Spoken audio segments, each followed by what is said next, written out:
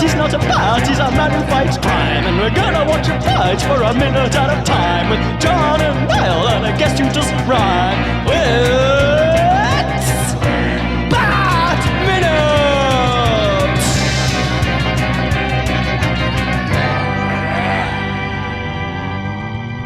Attention, citizens of fair Gotham, welcome to Bat Minute of the Phantasm, the show that laughs in your face 3 days a week. I am one of your hosts, John Parker. And I'm not the co-host you want, but I am here anyway. It's me, Niall McGowan. Oh, that's really harsh on yourself. We all want you, Niall. Come on. But we are joined, as usual, by a guest, a returning guest. The one, the only, Lizzy Garcia. Hello. I am the podcast host you both deserve and want. Yeah. It's your show now. I know. We're just here for the handover I've process. taken it. This reminded me of I posted about it in the Bat Minute Listeners Cave, but I was watching, the YouTube sort of analyst Maggie May Fish does a lot of this, in-depth media analysis and stuff. But she was doing a whole thing about Dirty Harry, which actually kind of weirdly ties into stuff that happens in this minute. But she noted, like, on the back of the video box for Dirty Harry, it was a whole thing about, like, him being the cop that, not the cop that we deserve, but the one that we need right now and stuff. And she was like, did Chris Nolan just steal this from the back of the Dirty Harry box? I was like, we've been calling Chris Nolan a goddamn hack for years, and here it is now. Other people are starting to notice it too. We even have a T-shirt calling him a hack. Yeah, noted hack. I always have to put the caveat, I actually really do like Chris Nolan. He's one of my favourites. Yeah. It's just, literally within this minute, or within this movie, though, it's just been like, the Joker leaning into a gangster he's going to kill, saying, why so formal? It's just why so serious, only 15 years beforehand. But, well. Well, we are here to talk about minute 57. The minute starts with hilarity. And it ends up with physical assault. It's quite a ride. Like most Batman pieces of media. Yeah, it's running the gamut, But I should ask, though, up front, Lizzy, because, as we do all the guests this season, what's your history with Mask of the Phantasm? Because obviously you've had wheelings and dealings with DC, in a big bad way. What's your history with both the film and BTAS, the show? I watched it growing up, like many people. It was honestly my first introduction to Batman, and like as a kid, I wanted to live in that world. Like, I fell in love with Batman. I don't know, perhaps why. I think part of the reasons that it's so beloved is Batman the Animated Series never treated their audience like children. And I think they knew that they were making a children's show, but an intelligent one. And that's common today, but less so back then. And I think it's a series and a piece of media that's pushed animation. It's pushed Batman, and it's influenced so many things outside of even comics. Referentially, I think a lot of things call back to Mask of the Phantasm, even if they don't mean to. Yes. Do you remember, like, the first time you saw it, or was it just like, it was just back in the day when? Like, I don't necessarily remember the first time I saw it, but I do remember watching the old Batman series on Cartoon Network and then watching Batman Beyond on WB. I keep meaning to look up more of the WB bumpers, things it would have after, because I know, like, we talked about one a couple of weeks ago about, like, they had a whole thing on Cartoon Network about, like, a recurring storyline about Johnny Bravo being in love with Velma from Scooby-Doo. Yeah. Like, they had Batman Beyond, like Terry McGinnis hanging out with, like, Pokemon characters. That's the best one. That's awesome. I know there was one that, like, one of our previous guests, Alex Thompson, I think we'd finished recording when he brought it up, but he was talking about, like, there's one where, like, Tim Drake Robin, like little young Robin, asks Batman to sing to him or something, and then Batman starts singing, like, Jigglypuff and stuff like that. Yes, like, that is. I remember that one. Yes. And looked it up, and tragically, it's not Kevin Conroy. doing it. It's like, but he seems like Conroy seems like he'd be the guy. Like, of course I'll do that. Like, but they must have thought like, oh no, we won't bother him. But, probably, for sure, his rate was probably too high. Yeah.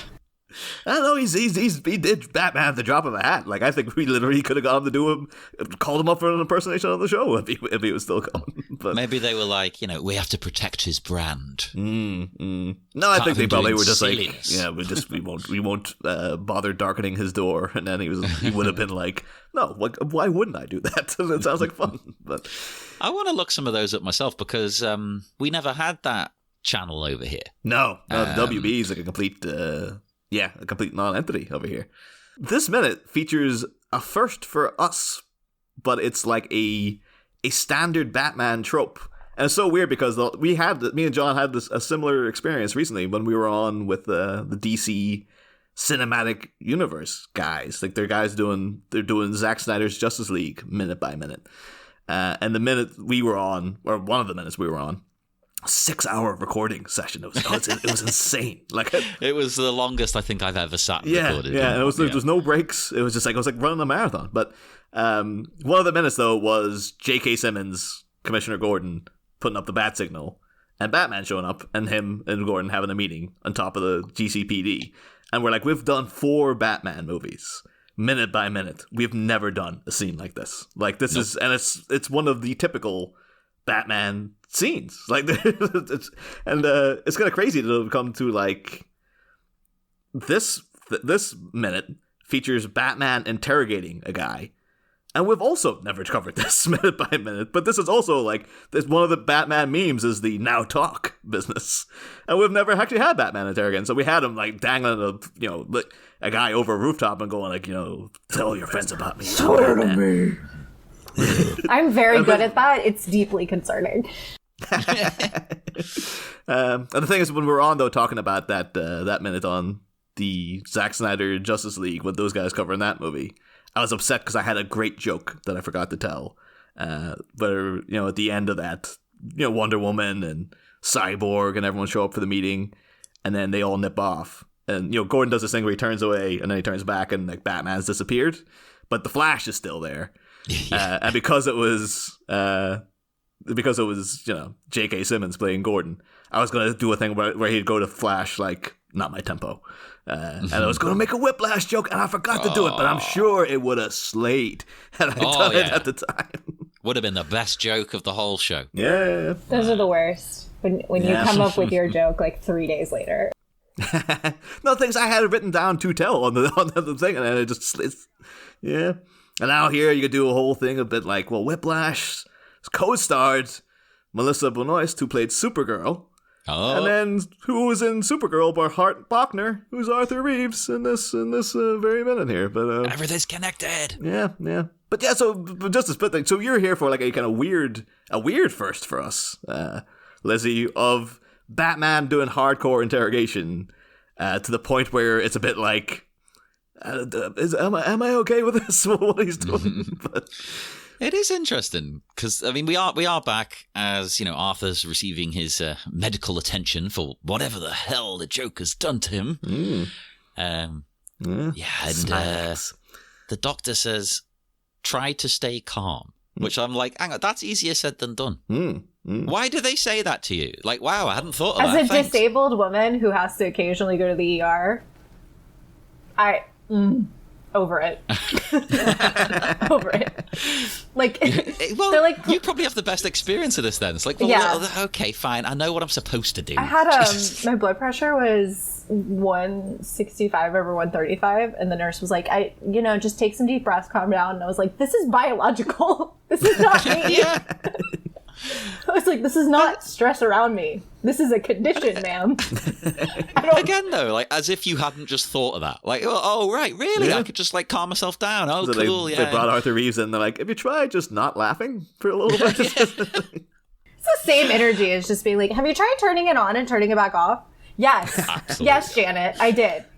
I did note in the novelization of Mask of the Phantasm, they've done that thing where they've given this doctor a name, and then never talk about him the rest of the time. They don't just say like the doctor or whatever. But they name him Dr. Morton Denquill. What a name! Yeah, and so that sounds like a drug, Denquill. Well, apparently it is a toothpaste. I looked it up to see like what is there like a Morton Denquill in DC history, and no, there's not. But their Denquill apparently is some sort of tooth product in America. Give it a few months, and there'll be a Funko Pop. Just wait it out. And you know what? I'm the idiot who would buy it. Honestly, of all the Funko Pops, the more obscure, the better. Yeah. I want you to look at it and yeah. be like, who the hell is that? I think the Funko Pop factory moved like recently just right next to a desert landfill, so they can just pump it straight into the big hole in the ground now, apparently. They can put it next to all the Atari ET copies that are also around there. That'll be like 30 years' time, they'll have like someone like digging a treasure hunt for all the Dr. Morton Denquill Funko Pops that were buried. I can't even talk. I have some like on a shelf, so...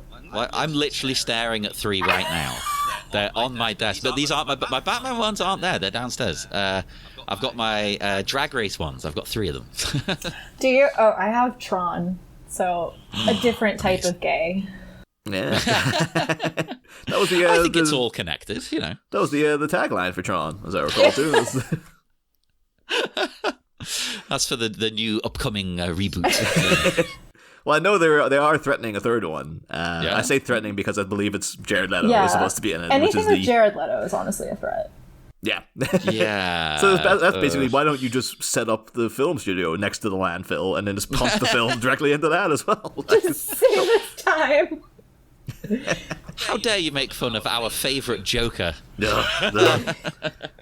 But I did note, though, that apparently Dr. Morton Denquill, he's voiced by Peter Renaday, who's just a voice actor who's worked in loads and loads of stuff. And it's just, literally every cartoon in the 90s. But most notably, he's the voice of Splinter in the 1987 Teenage Mutant Ninja Turtles cartoon that lasted. Oh my god, the proper one as well. Yeah, the proper, like, in my mind, still just the voice of Splinter. Like, whenever he shows up in any other movie and it's like friggin' Tony Shalhoub playing him or whatever, and you're just like, nope. What? No, that's not what Splinter sounds like. What are you doing? But the current voice of Splinter in this new movie now is going to be Jackie Chan. Which I remember saying to our friend who lives in Hong Kong. I was like, oh, isn't that great? Jackie Chan's going to be Splinter. He's like, no, I hate Jackie Chan. Hong Kong all hates Jackie Chan. I was like, really? Apparently he's like he's very much like a mainland China guy. He's very pro-communist China, and I think the bigger issue is he's incredibly homophobic. Yeah. He's disowned his homosexual daughter. Yeah. That's I'm not saying everyone's the same, but that is an issue over there, sort of culturally anyway. Is getting out of that. So I don't blame him as an individual necessarily, even though he should know better. He's been all around the world. Come on. I mean, it could be there's going to be a plot line wherein Splinter disowns one of the turtles, and that's going to be a whole big thing. But somehow I don't think they're going to go that daring with it. But, no. Although think of something that's very comic booky, and then actually trying to make it like bring it down to like grim reality. Like I really love this minute, just in particular, like this whole everything that happens with Arthur Reeves here. I absolutely just think's incredible because we've seen Smile X or Joker Venom or whatever you want to call it, like in other things. It used to always seems to be like it's pretty instantaneously you're dead. But then to see Arthur Reeves like actually like Moneybags over here has a private hospital room, gets swaggered in there, and then to see like we might be able to bring you back from the edge. But maybe not. Like it's a proper show. Like at the end of the end of this whole debacle, we're not even too sure if he survives this. Yeah, which makes it all the more dark and all the more like, oh my god, it's such a horrible death that like you don't just laugh for like a minute and then die. It's like he could be at this for like literally hours. I think the other really scary part of it is laughing is a common response to extreme pain. Yeah. So, like, when I'm in extreme pain, I laugh. So, in my brain, I'm just like, oh, he's at, like, a level 10 pain. Like... It's, like, beyond. Beyond, yeah. So, I also think that that's kind of an interesting part of it in the human psyche. Like, as a response to pain, to just laugh is just, I don't know, it's fascinating and unnerving, and it's handled very well. It's a very, I think Batman, especially Batman's early animated series, tiptoes into horror really, really well. And I think children's horror is my favorite because it's spooky enough to get you, but it's more unsettling than anything else because you don't want to outright do a jump scare. Yes. And I think unsettling horror sits with you a lot longer and really makes you reevaluate the world around you as opposed to just, straight up. It almost played off like it was a panic attack. Yes. Like, I feel like it is. I feel like people always have panic attacks as just like heavy breathing and like, exasperated expressions and things of that nature. But panic attacks are a lot more varied. And I mean, extreme fits of anger, extreme fits of giggle, like things like that are panic trauma responses. So this honestly feels like a really effed up panic attack. That's actually a good point to raise because, like, everyone just thinks a panic attack is, like the breathing thing. And to the point where I didn't realize I was having them because I was like, well, it can't be that. Yeah. It can't be that because I'm not breathing like they do in the movies and things. And it's like, oh, no, I was having a panic attack. I just wasn't aware. Yeah. Mine usually, to get personal, I usually realize I'm having a panic attack when I realize I'm irrationally angry. Because I'm not really a huge, like, crier. I'll cry during Steel Magnolias, but that's a different story. But, like, I'm not really one to, like, just, cry and do the breathing thing. So it took me a while to actually realize that my panic attacks look different. So I think keeping that idea in the back of your head also makes it a little bit more off kilter. It really does. It's creepy. I love all of this. Yeah. Although me making my notes, because I like to have volume very loud, I dread to think what people in the office thought of the sounds coming out of his mouth when he's panting away, because it sounded a bit suspicious, I'll be honest. It was interesting watching it with subtitles, because I had closed captions on, as I always do, someone who's hard of hearing. And so I'm always interested to see how they caption that, which I think it was just maniacal laughing, which is fair. The ultimate one of those is Twin Peaks, ethereal whooshing. Yes. I always remember, and I don't think you would have got it in. No, you definitely wouldn't have got it in America because it also had its version of a character called Dennis the Menace, who was completely different from the American Dennis the Menace. But one of the big child comics over here was called The Beano, and I remember it always it taught me the word chortle. Because sometimes people just write, like, nowadays people write LOL and stuff, but they used to always have like a speech bubble, and sometimes I'd have ha ha ha or whatever, and sometimes it'll just be someone's. I for ages thought they were just saying the word chortle, and I was like, what does that mean? Like, why are they just responding to something by going chortle? Like, is it doing it to your friends? Sounds like a Pokemon when you do that. Chortle. Chortle, I choose you. And he shoots Smilex at people. There you go. But yeah, but also noted there too that Arthur Reeves got a new hairdo for him in this scene. Like this little bouffant he's got. He looks very Morrissey-esque actually when he's lying in the bed. Oh my god, he really does. Yeah, proper full blown quiff, like back what I used to try to emulate when I was a teenager, back when I had hair. Oh, I feel your pain. I mean, if I was on my deathbed, I also would want to have a really cute haircut. It's like, remember me like I look exactly right now. I don't want the makeup after I die. I want it before. Yeah, they should have someone on staff who comes in and does your hair and makeup while you're laying in bed. Yeah. Exactly. So you feel like a beautiful human again. Although it might have been who that lady was coming in with the previous minute with, the nurse came in with the tray and it got knocked out of her hand. So she was coming in with some blush and stuff. I was like, all right. She was actually, people think it was a nurse outfit, but that's actually the old Sephora uniform. Well, actually, I'm glad you mentioned the outfit there, because I'm hoping the internet hasn't ruined me. This outfit looks far too erotic. So that's not a practical nurse's outfit. It's based off a World War II nurse's outfit. That's true. Because a lot of the fashion and... Okay, so Batman the Animated Series, they wanted to do a lot more, but because of censorship and regulation, they had to be very careful, which is why you see Tommy guns and classic gangsters and things like that. And so because of it, they basically created this very unique version of futurism that's, instead of kind of more settled into the shininess of the retrofuturism of the 1950s and 1960s, it is almost more dark and dismal because it feels more reminiscent of the 40s and the 30s and kind of those economic upturnings and ticks and violence and things like that around the world, even though it's not directly taking place at those times. So a lot of it, I think a lot of the, as a person who's really into fashion, I feel like a lot of it is so... I always love animation that's inspired by high fashion. So, like, a lot of it really is, like, a mix of 1940s and 1980s Chanel. Because, this is 93. So it makes perfect sense for some of those inspirations to still be there.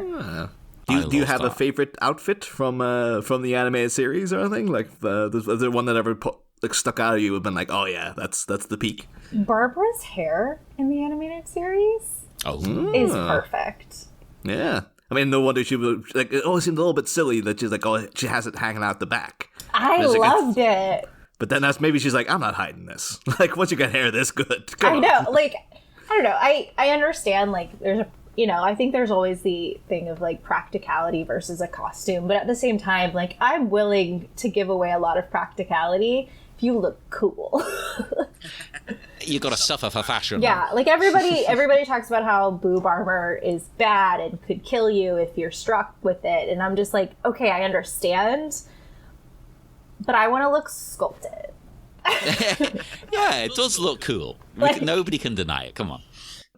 Well, within the comic line too, that Arthur Reeves is very into his looks too, because as we mentioned there the other week, the reason he hates Batman in the comics is because he thinks like, well, loose cannon, et cetera, and then when confronted with that, Batman, having to face up to Arthur Reeves the first time, Batman takes Arthur Reeves's wig off. Like, he just goes and grabs his wig off his head and like throws it in his hand and just jumps, kind of see ya, and just jumps it. Which of course, no wonder you hit. But I'll have to wonder in this scenario, is just like, he's got messed up hair here, but like, Arthur Reeves still panicking that the hair is staying on. Like, he's just make hand keep going up to fix it every once in a while. That could have been Batman's major move at the end of this too. It was just like, all right, yanking it off his head and jumping out the window again. I like the idea of Batman just snatching weaves. Yeah. just snatching wigs.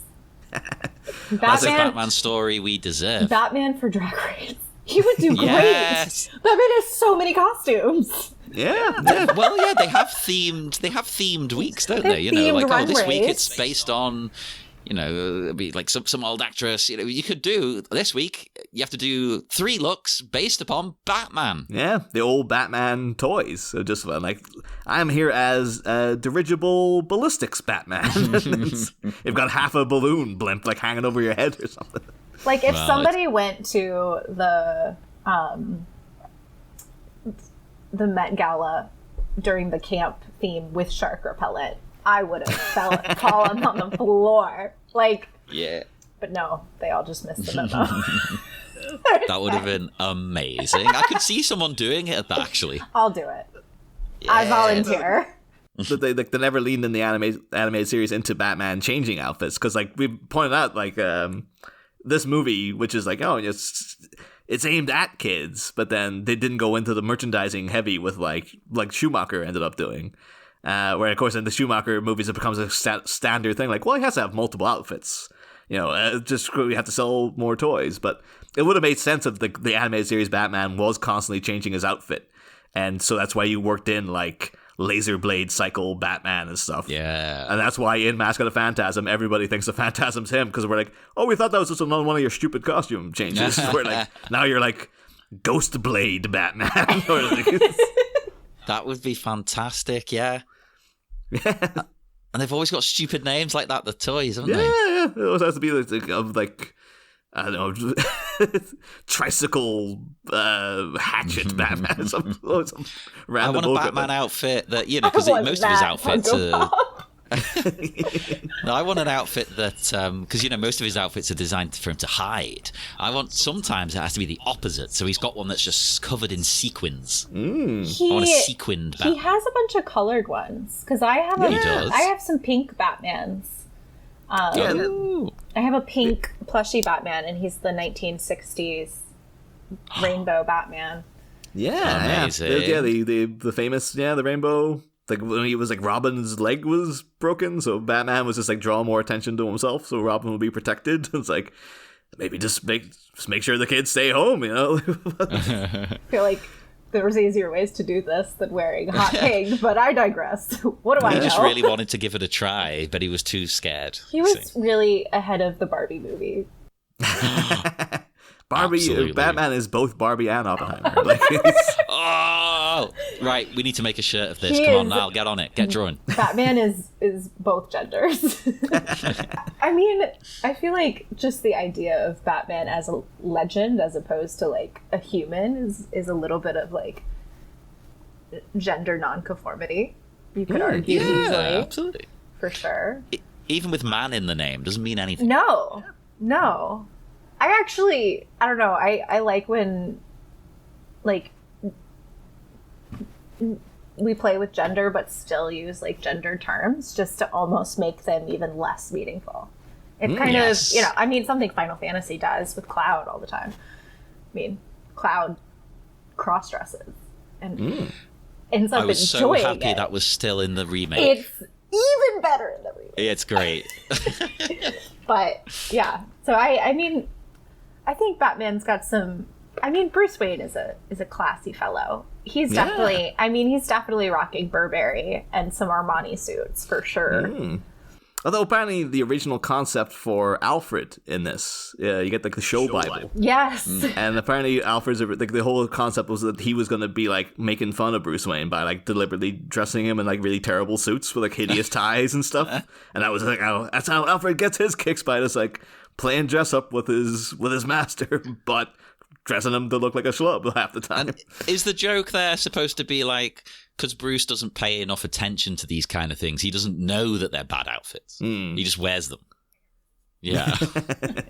he's like, this isn't what I want to wear. I don't feel myself unless I have bat ears on. He just wants to wear the bat outfit all the time. Yeah, and then I guess they kind of got it. The brown suit with the yellow shirt was kind of like, well, that's about as hideous as you're gonna get, though. But, That's the most 70s colour combo, isn't it? Brown and yellow. There you go. yeah. And then they went for like, that's why I like the revamp version of them when they moved to the WB even less now, because they had like black suit, white shirt, red tie, and now that combo is fused in my head as being like Trump's outfit. So now I just keep seeing like he's dressed like Trump. Like what? No, you can't do that. Like, how man ruined the simple combo of black suit with red tie, but he did it. He did it somehow. Oh, I feel no, like that's one of my favourites when I'm wearing like a mask outfit. Ugh. It was controversial for a while, liking Batman, being a billionaire and all. Yeah. Yeah, we have to put up with these people sending us these memes all the time about Batman should contribute more to, good causes. And It's Niall like- always points out he does do that in the goddamn comics. and things. Also- There's always that one of people going like it's always the Poison Ivy, Mr. Freeze one going like she wanted to save the Earth and he wanted to cool down the planet, and we were supposed to like the trust fund billionaire. That's I'm not like, what happened. it's like, did you watch the film? Like, for the love of God, that is not what is happening in the film. Yeah, like it's a funny meme, and I do like their goals there. But if you've seen it more than a second of it, you're like, oh, hang on, no, they take it too far and they are crazy. Yeah, Okay. yeah. Although talking about extremism, we do then get Batman showing up to do, and I just love everything about this though. Of like the minute the movie takes its time to just like, all right, just let Arthur Reeves calm down and like set the change in lighting and. Oh, the everything doctor and the nurse have left, and Yeah, he's and been everything's sedated. just everything's just the movie to breathe for a moment, and then just seeing the silhouette coming over, and then Batman again that lightning that just seems to it's just there. It knows when it needs to go, because every single time there has to be atmospheric lightning. That's the only time that it shows up. But Yep. the window opening, of course, Batman in there, and I love Arthur's reaction of just the proper, just like, oh no, because there's That's multiple scary levels, again. Yeah. multiple layers of how screwed he is, because his entire political campaign is built on how much he hates this guy, and has been like out publicly ripping the arse out of him now he also clearly knows, because the Joker knows that Arthur Reeves is involved in the Beaumonts. Clearly Batman also knows what's going on as well, and he's not going to let it go this time. And also he knows that, like, I've been told to calm down, and now literally the second most stressful thing in my day, it's just wafted in through the window. And the implication is that he was waiting there the whole time, of course, as well. So that's extra creepy. Like, he's been waiting for this moment. The thing, it just makes Batman's actions more harsh, because he's also told, like, well, you just have to calm down and let the toxin. So he knows, like, if I go in and interrogate this guy, it's going to get his blood pumping again. And that toxin's going to kick right back in, but it's just like, don't care. It's just gonna very go do much a loophole. Batman's like, I didn't kill that man. Joker toxin killed that man. Yeah, that's the Batman way, though, isn't it? And he loved Batman getting into someone's house to interrogate them is just like, he's multiple different ways in the Kevin Conroy iteration, because this one's pretty good. I really love him going in to interrogate Lex Luthor in The World's Finest movie. Because, you know, buff as all hell, Clancy Brown, Lex Luthor, is shirtless in bed. And he's just lying there. And all of a sudden, just like his big, you know, French windows door where he has his balcony just bursts open. Batman just comes flying in, just like, Luthor, I need to talk to you. Like, doesn't give him a second to adjust. He's like, Jesus Christ. He's just right there all of a sudden. And then the flip side to that is, in Justice League, we have Amanda Waller going about her entire morning. And like getting up and like making coffee and, you know, feeding the dog and all this stuff, gets into the shower and then reaches her hand out for the towel. It's not there. And you see Batman's gloved hand handing her the towel and her pulling back the curtain. He's just like, yeah, we need to talk. It's like, he's a master. I do love the way he just emerges and things. Like, you know, he's lurking at the window like Dracula here, but he doesn't have to be invited in. That's the difference. He's actually more fearsome than a vampire, because you don't. He doesn't need to be invited in. Yeah. Like, oh no, I'll invite myself in. People are actively trying to not invite him in, and yet here he comes. It's great. It's really, really cool. And I should say his reaction here. That scares me even more. That he's terrified, but he's laughing. Yeah. Oh, it's so good. It's just a great concept for a scene of someone. It's the way he goes, oh no, which it's funny and scary. Oh, it's great. Yeah, it reminds me. This is silly. It reminds me of like Bar Rescue when John Taffer is screaming at people to fix their bar, and their reaction is like laughing because they're so panicked about all the things they have to do, and he's like, "Is this funny?" And they're like, "No, it's not. I have to laugh."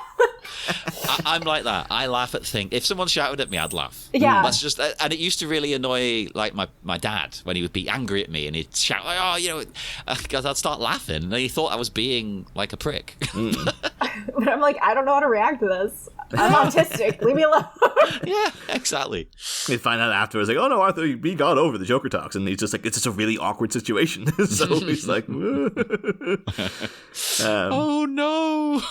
But yeah, just and then Conroy's delivery though of just the slow burn escalating threat in his voice though of just, you know, why did the Joker meet with you? Like, something to do with the gang murders, isn't it? He thinks you're involved. Why? And just like doesn't go into full like, well, tell me where the other drugs are going. Like, it's just he's so much more a better Batman than Christian Bale was.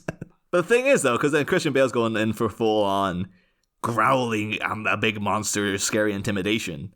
And yet Conroy's Batman, it's the quieter moments that are always the ones that get you. It's like, so, you know, the Reeves going like, oh, I don't know. And then Batman just been like, that's not the answer I want. Like, just says it very calmly to him. And it's just the implied threat of like, don't make me raise my voice. Like, don't make me do I will do what I need to do to get this information out of you. I'm just telling you in a calm and collected manner, that's not the answer I want. So we can do it the easy way or the hard way, that kind of thing. Yeah. There's also another great moment in Justice League, because again, I've been watching all this stuff recently for the show. And there's one where you see Batman with Deadshot, and like Wonder Woman and Superman are in, you know, the distance. And then I was gonna bring it up, but I couldn't remember who it was. But it's Deadshot. Oh, go ahead. Well, you know, he whispers something to Deadshot that's clearly threatening, and Wonder Woman's like, "What did he say?" And Superman's like, "You don't want to know." It's not good. Because your imagination is stronger than a lot of what anyone can show. So I think sometimes leaving things up to the audience is more impactful, or showing just like a touch of gore, but enough to spark you, but not enough to like gross you out. Yes. Is very impactful. I think DC Animation has done that exceedingly well. Apparently, Kevin Conroy has said that he believes Batman said to him, "I know where you live, Floyd," which is like, no offense, Kevin. It's not what I imagine. It's got to be something way better than that. It's good, for like Superman to be like, "Oh, you don't want to know," like, and for like Deadshot to be like, "Whoa, what the hell?" Like, people think, well, like maybe he was saying, "I know where," he just recites Deadshot's daughter's address or something, and the threat is there. Which then Superman would be like, I think he's threatening his daughter. Which is, you don't want to know about that. That one's a little bit better. Better, but worse at the same time. But, yeah, I like my headcanon better, which I shouldn't repeat. But he says something just unhinged and violent. Where it's like, I don't have to kill you, but I can hurt you. It's going to be just like this generation's Scarlett Johansson and Bill Murray at the end of Lost in Translation. So that's where they got the idea from. It's like, I watched Lost in Translation last night. I think I'm going to work that into today's script. One thing, though, I think we've touched on him a little bit, but not so much. And there's precious few minutes left with him, so I guess we better get into it now. Is, of course, one Hart Bochner. Yeah. The actor playing Arthur Reeves, Harchibald Bochner. Harchibald? No, it's not. I just made that up. I was thinking, what? No chance. Do you know Hart Bochner from anything in particular, Lizzie? Does he pop out as anyone to you, or? I mean, his voice pops out because I think he's done multiple DC work, but like as an actor by himself, I don't necessarily know him off the top of my head. I think you would have seen stuff. Obviously, the big one is Die Hard. He was Ellis. That's him. But he was also the love interest in Supergirl, the Helen Slater Supergirl movie, which is I've already got the wheels in motion to do a hiatus episode on because that movie is bonkers. A movie. It's insane. It's a movie. Can confirm. That's not what it's like for it. I used to love it as a kid. I think because my older sister would watch it. Yeah. The thing is, the Quest for Peace is like a bad movie, but it's got camp quality. Supergirl is a weird movie. Like, it's just so strange. So definitely have to get into all the Hart Bochner of it of there during the hiatus. But like his first, obviously, he comes from, he's an Ontario boy, so Canadian, obviously. His first movie, of course, as mentioned previously, his father is Lloyd Bochner, who was the voice of Hamilton Hill in Batman the Animated Series, and his mother was a concert pianist. His first movie was Islands in the Stream, which is not a Kenny Rogers Dolly tie-in movie. Apparently, it is the adaptation of the Ernest Hemingway book. And I didn't even... so domineering is the presence of Dolly Parton that I had no idea that had anything to do with Hemingway. But you know what? Good for Dolly. Take that from him. That's yours now. Hemingway has enough. He doesn't need that. That can be Dolly's. It's grim alcoholic pugilists. Everyone will just prefer to have Dolly in their lives. Yeah. Following World War I, just PTSD. Or Dolly Parton. Then one of his big things in the early 80s was a really pretty solid slasher movie called Terror Train. I haven't seen that. It's one of the ones that was like... People don't remember this now because she went on to be Jamie Lee Curtis. But after Halloween, all Jamie Lee Curtis made was slasher films for like a couple of years. Like Prom Night, Terror Train was one. Road Games, which we have mentioned previously this season because it was Stacy Keach was in Road Games. Mm-hmm. But it's basically so just Halloween on a train. That they produced, like the writers just went to Deborah Hill, the producer of Halloween, and were like, "Are you cool that we do this?" And they were like, her and John Carpenter are like, "Yeah, fine, go ahead and do what you want." So much like Die Hard is just like that spawned a million things. Terror Train is kind of like the Die Hard on a bus, whereas Halloween on a train kind of thing. Hart Bochner in it plays like a practical Joker. It's it's kind of weird to see him in this position. He's still a sleazy, unlikable prick, just like Ellis and just like Arthur Reeves. But the whole pitch is that basically at the start, he sets up a prank for like a college guy where they come in. He stole a dead body. Like Hart Bochner steals a dead body, puts it in a bed, and a guy comes in thinking there's a girl waiting for him, and it turns out no, it's a dead body, and he goes insane. And the rest, I would. Yeah. And even Hart Bochner even does like a little thing, like a little giving you a hand. Like later, he goes out to someone, he's just like goes to shake their hand, and it's the corpse's hand, and he just walks away, a la Danny DeVito's Penguin doing it to Max Schreck, or Jack Nicholson's Joker doing the Vicky Vale. And then so he's the practical Joker of it. And then the rest of the movie is set on them having a college party on a train on New Year's Eve, soon, like a year after this has happened or whatever. And there's a mysterious killer on there, killing off the people who wronged them in the past, much like the Phantasm. And one of those people, of course, being Hart Bochner, who gets beheaded. But it's so strange because it's like, it's Jamie Lee Curtis basically doing Laurie Strode again. And then in the middle of it all, friggin' David Copperfield is just a character in the movie. He's just playing a magician. Like, but not David Copperfield, though. No, the David Copperfield. No, but he's not playing David Copperfield. No, but he's playing a character just called the Magician, so he might as well just be playing David Copperfield. Okay. And apparently it was one of those things where it's like, somebody saw him like the week before they started shooting, and they're like, let's work David Copperfield into this movie. David, do you want I like that. Yeah. And it turns out at the end then that the guy who went crazy and was like, killing everybody, he was in plain sight the whole time as David Copperfield's female assistant was actually a guy in a wig. And Amazing. It's one of those ones you look back, it's like, no, it's clearly a woman in those shots. But then at the end, they have the big reveal. It's like, no, it was me all the time and stuff. Did they do it like Austin Powers when he pulls off the wig of, it's a woman, pulls the wig off. It's like, it's a man. It's a completely different person. It's like a big muscular guy. They flash back to like, oh, look, you remember this character in earlier scenes. It's like, yeah, I remember when it was played by a different person. Very reminiscent of like Silence of the Lambs or Psycho, which have implications about there's a lot of these sort of horror does it interestingly, though. It is interesting to see like how many horror movies a lot of these actors are in who are also in Batman, and it just proves my point. Batman is children's horror. Yeah. That's one of the things too that it really bugs me, because it was a question we recently had on Vera Drew, who of course has on the People's Joker, which just premiered there the other day. And, Vera's a trans woman herself. And one of my questions, we got through a lot of material, but one of my big things is supposed to be like, well, the Joker is someone who's literally transformed from straight-laced guy into flamboyant, sort of very, almost agender, very, very gay-coded villain.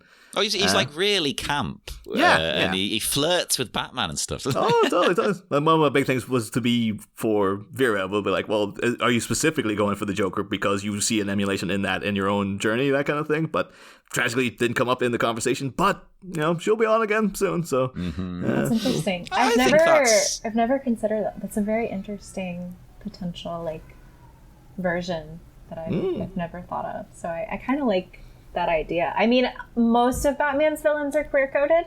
Yes. I don't... If you have a comic book villain who's not queer-coded, I'm not interested. To be frank.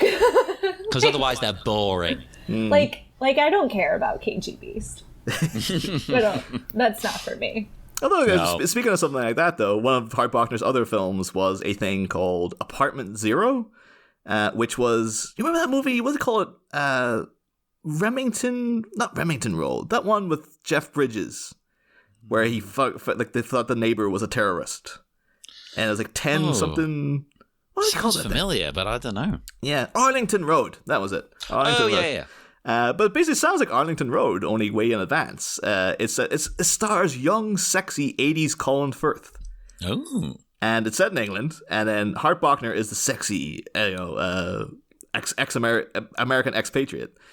And he comes in. Hang on, sexy Colin Firth, sexy Hart Bochner. This is a sexy movie. It's a sexy movie, and then if you look in the Wikipedia, they go like, yeah, it's infamously homoerotic, the relationship between you. And I've seen one clip, And the entire time I was like, Hart Bochner's going to kiss him any second. Like, he's probably leaning. And he has a whole thing where he's just like, I like men, I like women.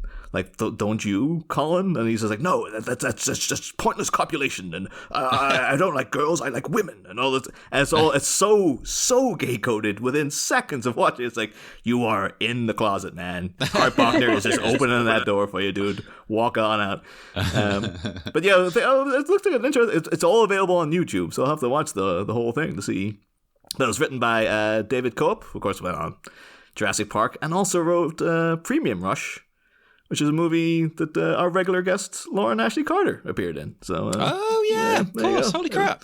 Of course, Hart Bochner's been in loads of other stuff. Bulworth with Warren Beatty, who of course is like a linchpin of Batman material. The poster for Bulworth always scared me. I didn't like it.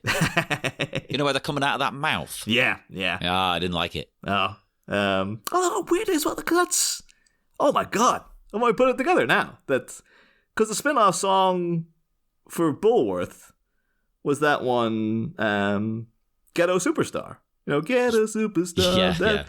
And that's a sample of Islands in the Stream. And it's both of them feature Hart. Oh my god, it's everything connected. Oh. And again, it has Warren Beatty. Warren Beatty is the center of all these goddamn things. Everything comes back to Warren Beatty sooner or later. Warren Beatty is actually like the architect of the universe. Yeah. Oh my god. And then one of the other things I noted that he was in was a film called Mr. Destiny, which stars James Belushi. Of Life According to Jim fame. Mm-hmm. Linda Hamilton, who of course was in the animated series a couple of times. She was in Batman Beyond. She was one of the scientists that revives Mr. Freeze, etc., etc. In fact, she's worked with Mark Hamill a few times. Oh, yeah. Because they're in a horror movie together. I'm sure they are. I was going to say, like, Children of the Corn? Mark Hamill's not in Children of the Corn. He was all the children. He played them all, yeah. He's just that good. He's that so much dynamic range. I mean, he does. Yeah. But it's also got Courtney Cox, Renee Russo, who of course was supposed to be Dr. Chase Meridian, but they said she was too old against Val Kilmer, which is insane. Because Val Kilmer was too old for Nicole Kidman. It's Hollywood, baby. Val Kilmer has always looked 100. So I don't understand that logic. Like, I understand he hasn't always been 100, but like, I don't know. There are certain people who it's just like, you've been old since you were born. Yes.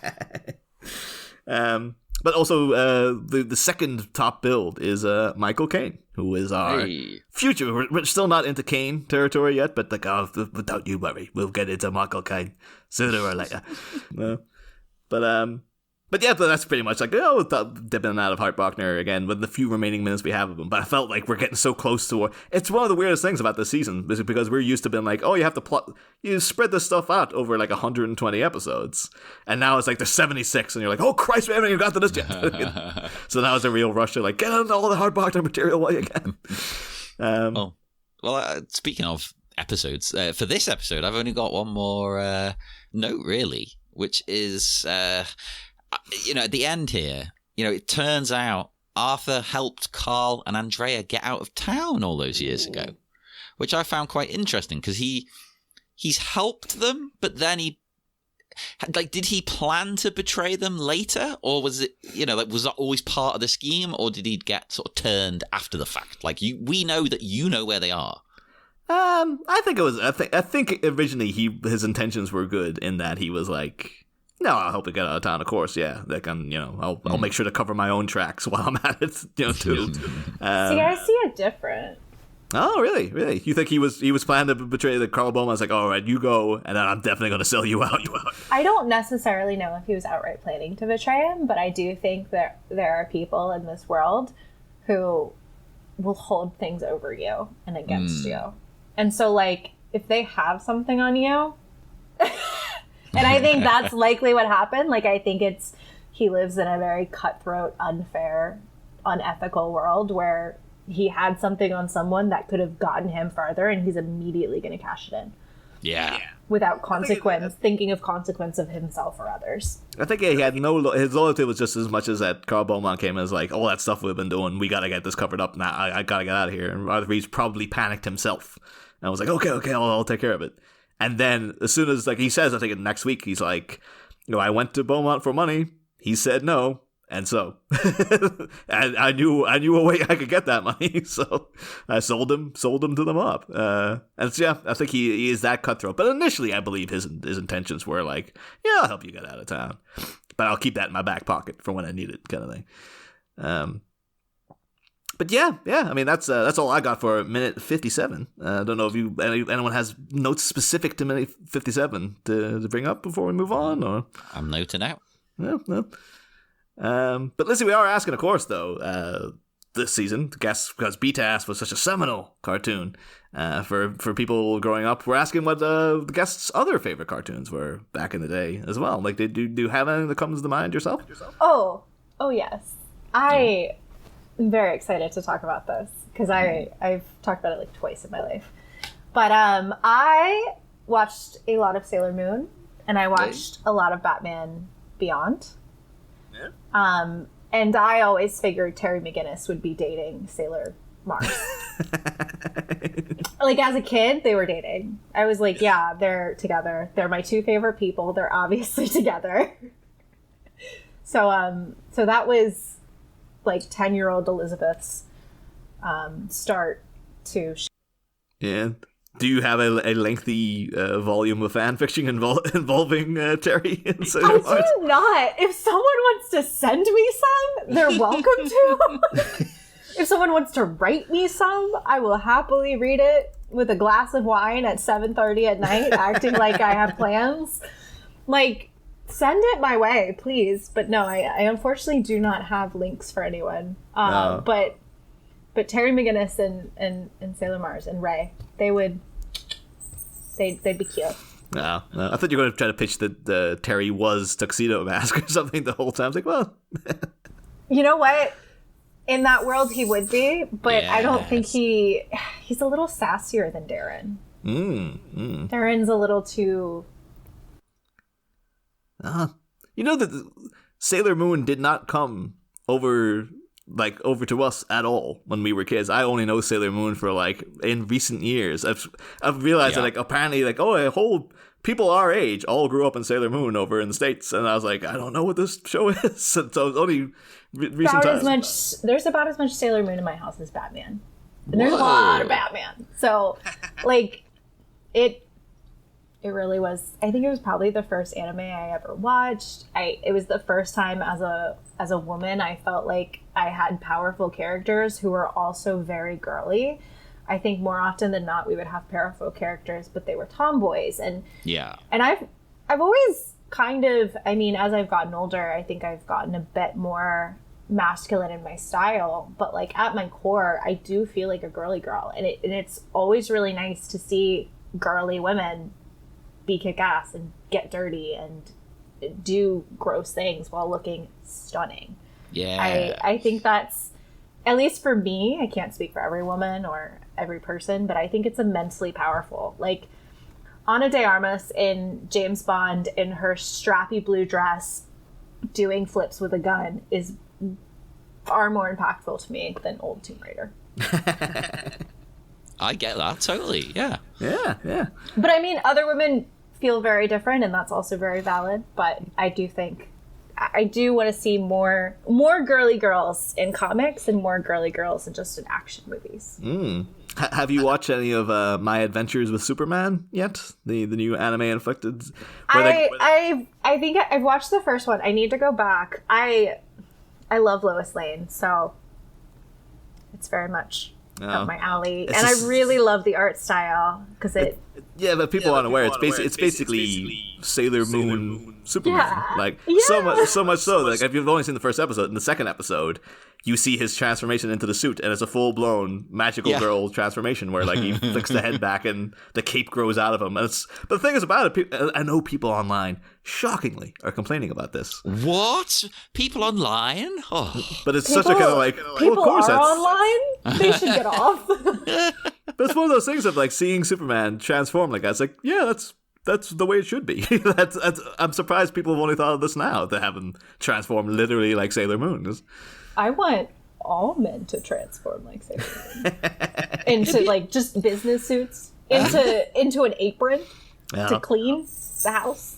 The most infuriating thing is, though, because a lot of people are their version of Superman is Henry Cavill, and I've seen people online going like, "This show sucks." He's like, he's literally saved someone from like a burning building and then saved a cat out of a tree. Like that's what he does. They're like, that's not Superman. I was like, that is literally what Superman does. That's all he does.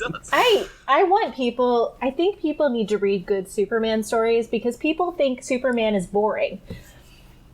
But the problem is, Superman is not boring. You just have to write him correctly, and that's hard to do. But that's true. I mean, I think All-Star Superman is a great place to start if you've never read a Superman comic. I also think Superman Smashes the KKK is an excellent comic, and I think the art on that is beautiful. I think the story on that is cool since it's also a callback to a radio show from the 50s. I mean, there's a lot of really good Superman stories that you can explore that are not just must be the strongest person on the planet. Superman is at his best when he's not having to use every single power he has. But yeah, one quick.